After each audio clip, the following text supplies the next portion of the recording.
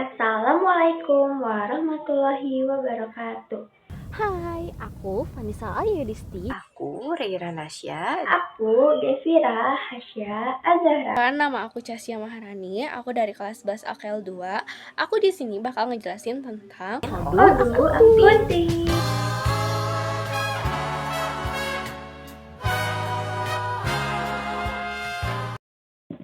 Aku mau jelasin pengertian utang dan piutang secara umum.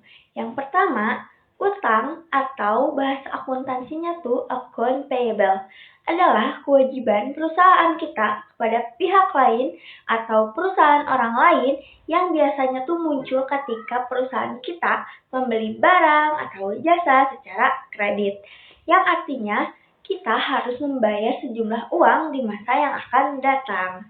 Contohnya, perusahaan kita membeli bahan baku dari pemasok dengan janji kita harus melunasinya dalam 30 hari. Yang kedua ada piutang atau bahasa akuntansinya tuh account receivable, yaitu hak perusahaan untuk menerima pembayaran dari pelanggan. Ini terjadi ketika perusahaan menjual barang, jasa secara kredit. Jadi, pelanggan berutang kepada perusahaan kita. Misalnya nih, perusahaan kita menjual produknya ke konsumen dengan pembayaran yang jatuh temponya tuh minggu depan. Jadi, singkatnya itu, utang berarti perusahaan kita yang berutang ke pihak lain. Sementara piutang, pihak lain yang berutang kepada perusahaan kita. Gitu. Pengelolaan utang dan piutang ini penting banget karena berpengaruh terhadap arus kas gitu. Jadi, secara umum, mengapa piutang harus dicatat? Piutang dicatat agar perusahaan mengetahui berapa uang yang harus diterima dari pelanggan. Sementara utang dicatat itu agar perusahaan juga mengetahui berapa uang yang harus dibayar kepada pemasok. Sementara kelebihan mencatat piutang dan utang menggunakan Odoo Accounting itu meningkatkan efisiensi, meminimalisir untuk tidak terjadinya human error, juga mempercepat rekonsiliasi. Namun perlu diingat juga bahwa penggunaan Odoo Accounting itu harus membutuhkan pelatihan dan pengawasan khusus agar sistem dapat berjalan dengan lancar. Halo teman-teman, setelah mengetahui pengertian piutang dan utang dan seberapa pentingnya pencatatan piutang dan utang, kali ini saya akan menjelaskan bagaimana teknis pencatatan piutang di Odoo Accounting. Nah, langkah pertama yang perlu kalian lakukan adalah dengan mengakses laman odoo.com ataupun membuka aplikasi Odoo yang berada di komputer kalian. Kemudian kita bisa klik modul accounting. Dan di sini akan terlihat dashboard dari modul Odoo Accounting sendiri. Nah, selanjutnya teman-teman, karena piutang itu berhubungan dengan customers, jadi untuk pencatatan piutang sendiri kita akan lebih sering menggunakan data atau menu customers di sebelah sini. Nah, hal pertama yang perlu kita lakukan adalah menambahkan produk yang kita jual. Caranya adalah dengan mengklik menu customers lalu pergi ke products. Nah, di sini teman-teman, jika kalian ingin menambahkan produk baru, kalian akan mengklik tombol new di sebelah kiri atas dan mengisi data-data mengenai produk yang akan kalian jual. Misalnya kita menjual mainan mobil. Di sini bisa kita tambahkan gambar juga untuk memberikan gambaran kepada pelanggan mengenai produk yang kita jual.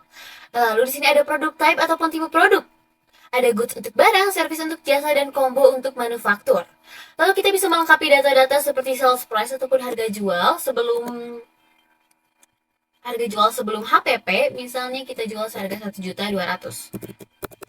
Di sebelah sini, yang dimana jika sudah disertai pajak 11% akan menjadi Rp1.332.000 including taxes. Lalu kita juga bisa menambahkan cost atau cost of goods sold atau HPP-nya, harga belinya misalnya adalah 850.000. Seperti ini. Lalu di sini kita bisa menambahkan kategori yang dimana adalah goods atau barang dan reference ataupun barcode.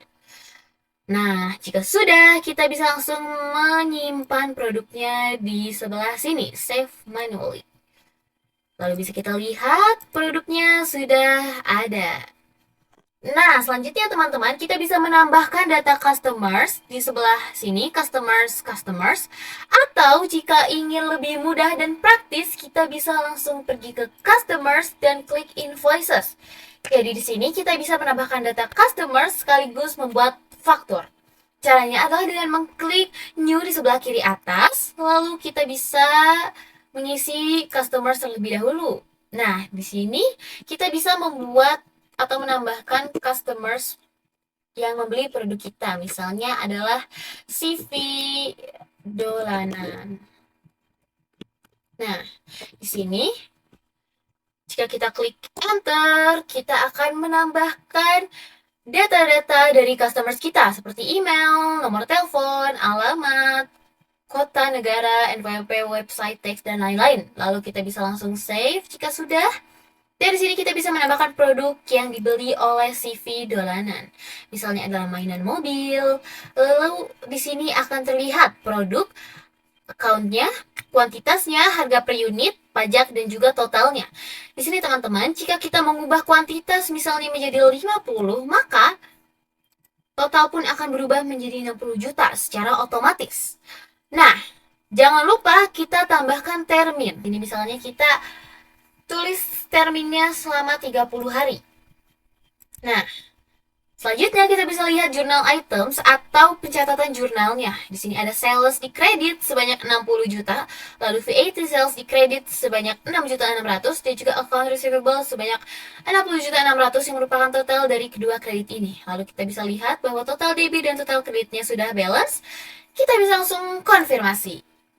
Nah, teman-teman, jika setelah kita mengkonfirmasi, kita menyadari bahwa produk mainan yang kita jual ada cacat, dan kita ingin refund produk tersebut, kita bisa membuat credit notes. Yang dimana sini ada alasan atau reason displayed on credit note, alasan yang akan kita buat di credit notes-nya itu apa. Misalnya alasannya itu adalah mainan rusak. Lalu di sini bisa kita tulis jurnalnya. Bisa sales ataupun sales refund. Lalu di sini akan ada 3 pilihan. Yang benar discard untuk menghapus, lalu reverse itu kita akan mengembalikan dengan 2 faktor, yaitu faktor asli dan juga credit note. Jika reverse and create invoice, kita akan terbentuk 3 faktor, yaitu faktor yang asli, faktor credit note, dan juga faktor setelah dikreditkan. Kita coba untuk yang 2 faktor terlebih dahulu. Reverse. Dan di sini adalah data mengenai credit notes-nya. Nah, di sini kita bisa mengganti kuantitasnya, misalnya menjadi 2, yang kita perlu bayar adalah 15. Lalu bisa lihat di jurnal items-nya yang dimana sales-nya menjadi di debit dan account receivable-nya menjadi di kredit. Lalu bisa langsung kita konfirmasi dan di sini sudah paid statusnya. Untuk melihat status ataupun nota-nota kredit yang sudah kita buat, kita bisa pergi ke customers lalu credit notes. Di sini bisa terlihat credit notes yang sudah kita buat. Dan juga untuk pembayaran faktur, kita bisa pergi ke sebelah sini, customers, invoices, dan kita klik invoice yang kita buat barusan. Setelah itu kita langsung pencet pay dan di sini statusnya akan berubah menjadi in payment atau dalam proses pembayaran. In payment. Dan jika customer CV Dolanan sudah benar-benar membayarnya, kita bisa pergi ke customers lalu ke payment. Nah, di sini bisa kita lihat CV Dolanan masih in process. Jika CV Dolanan sudah membayarnya, maka kita bisa langsung validate data tersebut. Yang dimana kita bisa pergi ke customers, ke payment, dan kita lihat CV Dolanan sudah berubah menjadi paid ataupun sudah terbayarkan. Nah, mungkin itu dia proses pembuatan invoice ataupun faktur penjualan Nah, mungkin sekian dari saya dan selanjutnya akan dijelaskan mengenai cara pencatatan utang pada Odoo Accounting. Terima kasih. Yang pertama, membuka utang di Odoo.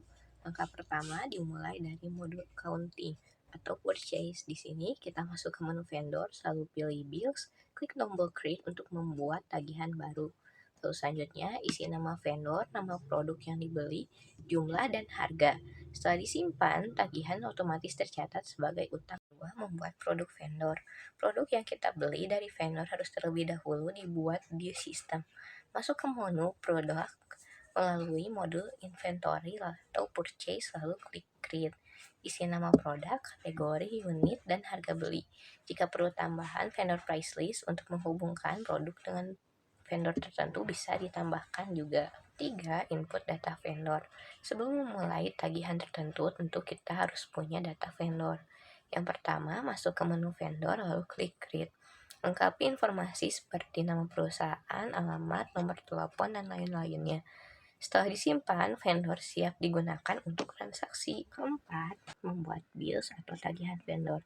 Setelah produk dan vendor tersedia, kita bisa membuat tagihan resmi. Masuk ke modul akunting, pilih vendors, bills, dan create. Pilih vendor, tambahkan produk, isi, jumlah, dan harga. Setelah disimpan, tagihan berstatus draft dan bisa langsung diposting. Kelima, pembayaran tagihan. Untuk melakukan pembayaran, masuk ke menu vendors, lalu klik yang payment, lalu klik create, pilih vendor, tentukan metode pembayaran dan bill yang ingin dibayar.